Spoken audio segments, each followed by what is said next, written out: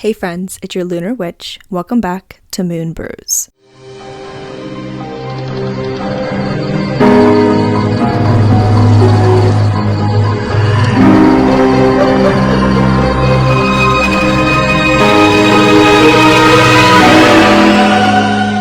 Imagine a network of lines that interject across the globe. Lines that are invisible to the eye, but source earthly power that we have yet to harness. These lines trace all over the globe. What if I told you some of our largest, most mysterious, and ancient structures across the world have been built over these energy lines? We are moving the planchet right into the story today, and we're talking about ley lines, the invisible, sacred lines that carry energy currents across the globe. I have totally forgotten about ley lines prior to researching this topic. I remember vaguely hearing about them on, Ancient Aliens or those weird History Channel shows we all used to watch. Not to knock ya if you still watch them. How I got here was not by accident. So it was early one morning a few days ago, and I was in my room pulling some oracle cards to start my day. By the way, if you want one way to get yourself feeling your most witchy self, start your mornings by pulling oracle or tarot, then journal about it. I've been doing this for about a year, and I absolutely love starting my mornings this way. But this past morning, I pulled a card from the Star Seed Oracle deck, and mind you, the past 2 mornings before, I had drawn cards from multiple different decks that represented the Earth. So I was shuffling, and I pulled one card out, and I shit you not, it was another card that represented the Earth. And I was bored. I was bored with it. I'm sorry, I love the Earth more than anything. I love grounding to it, but I was bored. I was like, another Earth card. So I drew one more card, and it was the Activated Earth card.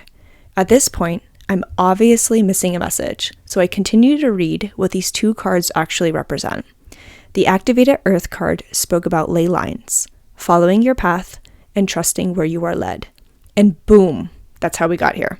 On the topic of ley lines, because obviously there is a message here for me to do this research, and after I did it, I then realized I can make a whole episode about it. So thank you, deck of cards. I'm so sorry it took me 3 days to receive the message, but the message is received and I am delivering. So think about a globe, and on that globe, envision straight lines that run across the face of the Earth, invisible lines that carry energy across the planet, creating a grid. These are ley lines. These lines align ancient monuments, natural landforms, and sacred sites all around the globe.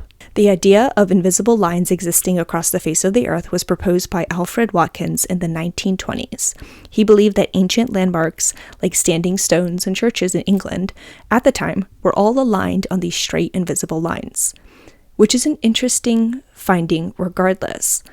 Why were these ancient stones and structural buildings in a line of some sort anyways?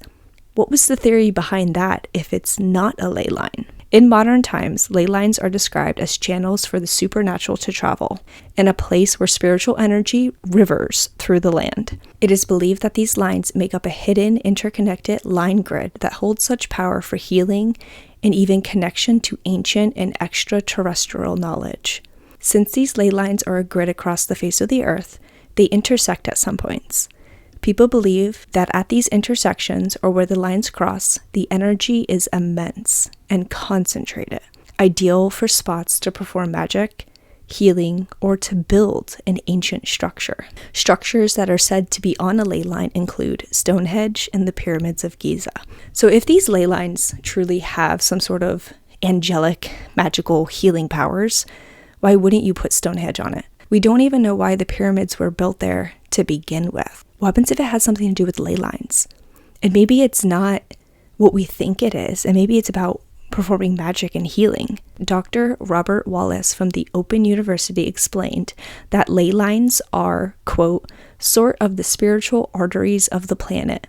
And there's a belief that through psychic awareness or dowsing, particularly at these ancient sites, it's possible to sense these energies. Quote, I'm going to reveal the locations soon in which I've found myself, places on Earth in which these lines intersect, places that make perfect sense to have heightened power, energy, lurking underneath the surface of the Earth. But before we get there, I had read that there may be even environmental impacts to ley lines in your areas, as if you reside near one, you may experience health, mood, or change of spiritual energy. This is exactly like those who live next to power lines and claim to experience health problems. It would make sense that the homeostasis of your own body changes when there's an energy source that is so intense, running a current through the land that you're standing on. I don't doubt at all, if you live near a ley line, that you are being significantly impacted by something. Even if they're not necessarily negative, an energy source, regardless, can be bad. That is not normal for our body to be in some sort of homeostasis, right? And not to mention the change in spiritual energy. We know the spirit world connects better to our plane when energy is involved. Whether it's, when you're ghost hunting and they're drawing energy out of a human being, or if you're also investigating and they're taking energy out of your electrical objects like your computer, your microphone, your recording device. Or sometimes spirits also draw out energy from their surroundings or structures, like if your structure is made out of limestone. We know that limestone is a conductor for the spiritual activity. Energy can be harnessed by the dead for communication, manifestations, and a way to enter our worlds. So can you imagine the paranormal experiences that occur near a ley line? I mean, if they can pull energy out of a human, if they can pull it out of my camera, if there is a swift energy current pacing through the earth, the amount of paranormal activity there, the paranormal would be so extremely attracted to sites like this, a place where energy current is thriving. In the 1970s, there was a research project called the Dragon Project, and it was created by Paul Devereux. The purpose of this research project was to investigate the supposed mysterious powers or energy currents on the earth.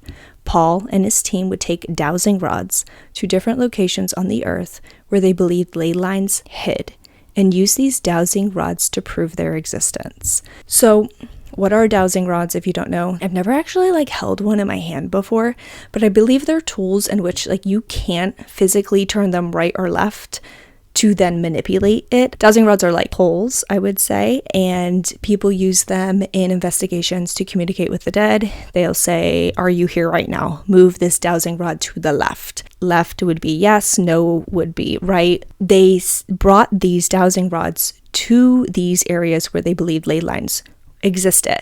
And what I was going to say before was I think it depends on the dowsing rod that you have, but I don't think you can manipulate it as in turning it, because I think there's a circular metal piece that prevents you from doing that. So if you were to turn your head, your hand would just move and the dowsing rod would not, if that makes sense. But Paul supposedly was able to prove ley lines existed because the dowsing rods moved near these hidden energy centers, which is crazy. What is crazy about this is that Paul emphasized how powerful this idea was, because anyone can go to an ancient site, bring a pair of dowsing rods, and see them move for themselves, which is so true. It's a tool that's, easy to get. It's affordable too. It's not like a huge research project using technology that none of us can afford or use. And we can go out there ourselves and do it, which makes this so interesting. Let's go do it. I need to go do this. This is how I got into where the hell is the closest ley line to me, because I need to take my dowsing rod and see what I can do. This research project stayed alive for about 10 years. In all honesty, for a research project like this without tons of funding, I'm not sure what funding they got. I'm sorry if I'm assuming wrong, but I'm assuming they didn't get an immense amount of funding because they're talking about ley lines here and using dowsing rods. But that's a decent amount of time to have a, fun little research study going on. It then concluded with findings of no definite pattern among ancient sites that were visited to investigate the ley lines. But they did find, quote, increased radioactivity at certain sites. Quote, to me, this makes me believe that these sites are used for some sort of extraterrestrial activity, like a charging site or whatnot, because of the leftover radioactive waves. They couldn't find any sort of pattern with the dowsing rods. They were able to move. I guess they weren't able to move at all the different ancient structures, so they couldn't say, this happened every single time. But what they did notice was the leftover radioactivity that was occurring, or that was present rather, at these sites. What caused that? Why is that there? In 1987, the project switched gears a bit and started focusing on quote-unquote dream work. So basically, they started asking research volunteers to sleep at these ancient sites, and they were hopeful to see how these ancient landmarks impacted their dreams. Sign me up, are you kidding me? How did I miss this? The 1987, they were able to sleep at these ancient sites to see how their dreams were manipulated. If anybody, hello, go to Happy Haunted Hour, Volume 2, Nightmares. I believe it was Volume 2. Joey and I talked about nightmares and how my nightmares are terrifying, so much so that I can write a whole book about them. I would have loved to be a volunteer in this study because I just feel like, I don't know, Joey and I were talking about in that Haunted Happy Hour about how I feel like my dreams are being manipulated by an outside source sometimes, negative dreams, and the outside source is my reality. So I'm in my bedroom and something is occurring around me, whether that's a spirit that came through this plane and it's in my physical plane, but I'm sleeping.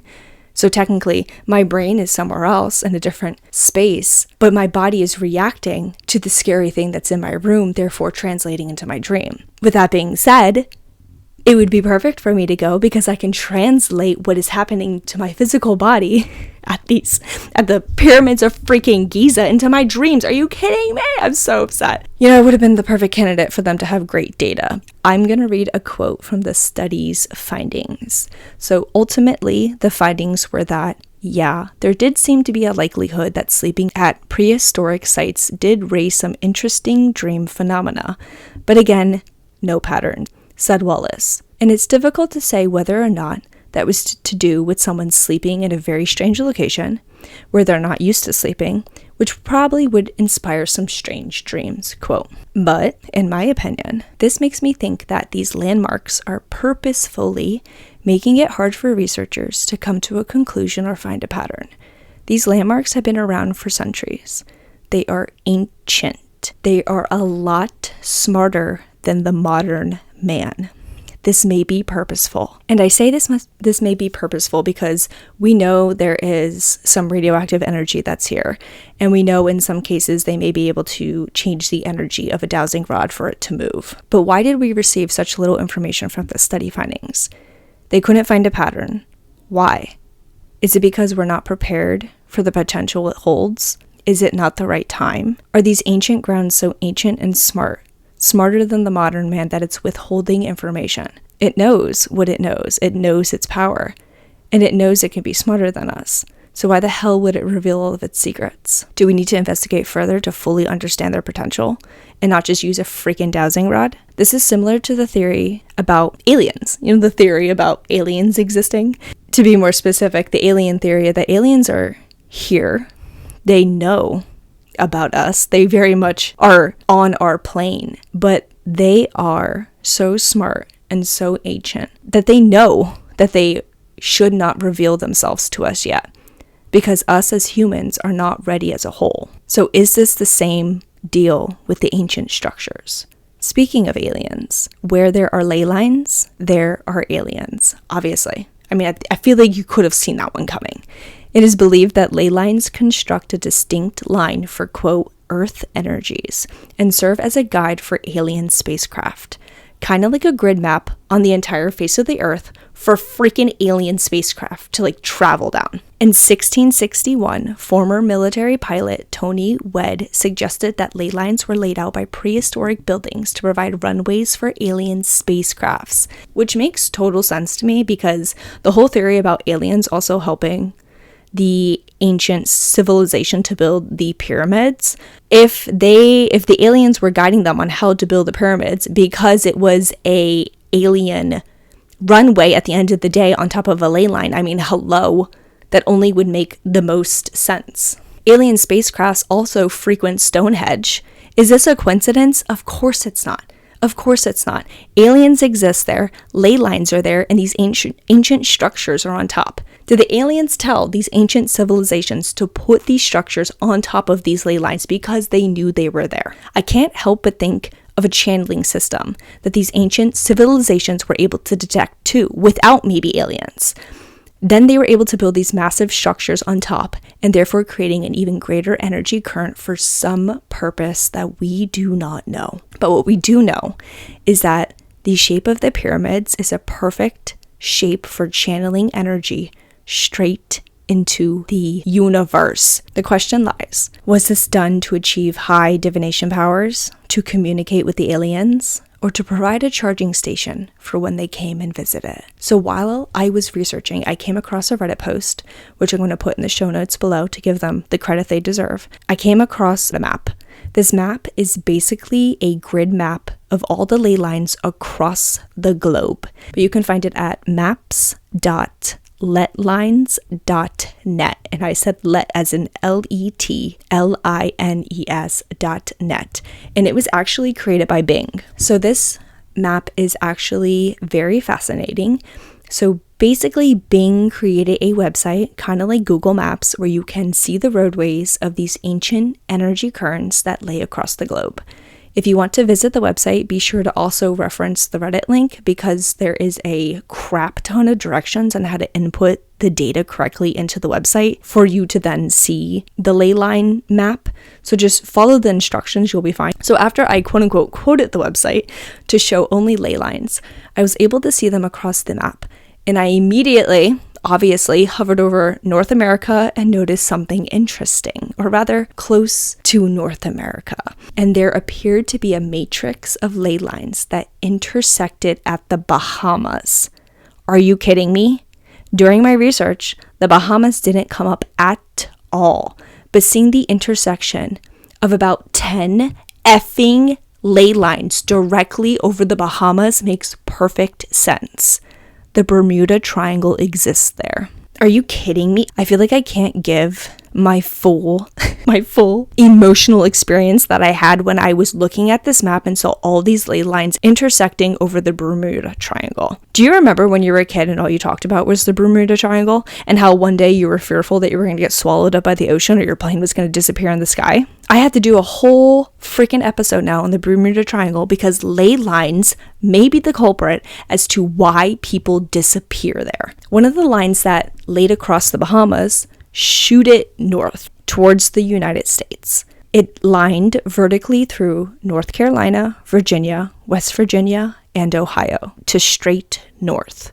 On the map, a star icon appeared on this ley line where it rested in North Carolina. So I clicked it, obviously, and found a massive rock formation called Pilot Mountain. Go look up Pilot Mountain. Looks like it doesn't belong there. It looks like very irregular. It looks like it appeared out of maybe nothing. It's not a mountain range. It is one singular mountain in the middle of no mountains. And it's quite interesting to look at. So we're gonna go to National Geographic right now, and we're gonna get a little rock science-y, so bear with me. So Pilot Mountain is a metamorphic quartzile monadnock. So let me break that down for you. So metamorphic, what does that mean? This is relating to a rock that has undergone transformation by heat, pressure, or other natural agencies. Quartzite is a hard metamorphic rock that was originally pure quartz sandstone, and monadnock is an isolated rocky hill or mountain. I don't think I have to re-explain myself about how structures and what things are made out of have a great impact on the paranormal, aliens, ley lines. Hello, this isolated mountain that stands alone in North Carolina that happens to be directly on a ley line was originally made out of pure quartz sandstone. Hello? So Pilot Mountain stands 2,421 feet above sea level. It is one of the most natural, distinct features in North Carolina, and it is a remnant of the ancient chain of Saratown Mountains. You can actually go to the historic site as it acts as a campground and a popular hiking spot if you want to die. I'm just kidding. It's a popular hiking spot, period. I'm not dragging anything. Pilot Mountain does look beautiful, and you know my ass is going to go there. But beware, as it is identified as a focal point of a ley line. The ley line that runs through this mountain is believed to connect this mountain to other significant spiritual charging sites, like Ocracoke, a small village in the North Carolina Outer Banks, and Dismal Swamp in Virginia. It is even said to be connected to international sites, including Stonehenge. Girl, amazing. Magical. Are you freaking kidding me? The formation of this mountain adds to the belief that it acts as a power center or vortex as it stretches thousands of feet into the Earth's skies.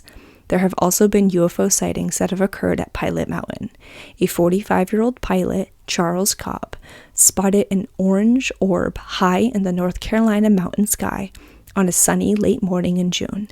The object was round and irregular, and it suddenly plummeted tens of thousands of feet towards the surface of the Earth before soaring right back up into the sky. There is also some folklore that exists about this mountain. It is about a celestial visitor whose presence is deeply tied to the land and the stars above. This man is known as the Starman, and he is believed to be from the heavens that descended onto Pilot Mountain. He would appear as a radiant figure with glimmering eyes in the night, and passed an inviting aura to those near. The Starman's purpose was to share his celestial wisdom, warn of future events, and guide the Tuscarora tribe in efforts to aid. It is said that even today, on clear nights, you can see a bright star above Pilot Mountain, and this is the Starman, who continuously guides those who seek his wisdom. There is no coincidence of where these ley lines appear on the globe, and how all the ancient structures were built upon these energy currents. It is fascinating to believe that these structures are all connected through these lines. So if I'm at Pilot Mountain, can Pilot Mountain receive ancient history, communication, thoughts, manifestations from Stonehenge, from the pyramids of Giza, if they're all interconnected with these currents? And like that one doctor said that I read before, how these ley lines were the arteries of the earth. They're sharing blood, these currents, these thoughts, these feelings, these manifestations. They're all communicating with one another, whether you're in North Carolina or in Europe and in Stonehenge. If you have been to any of these ancient structures, like the pyramids of Giza, hello, why haven't you reached out to me yet? Or you live near a ley line and experience magical powers, spiritual energy, please send your stories to moonbrewspodcast@gmail.com, and we may read your spooky tale.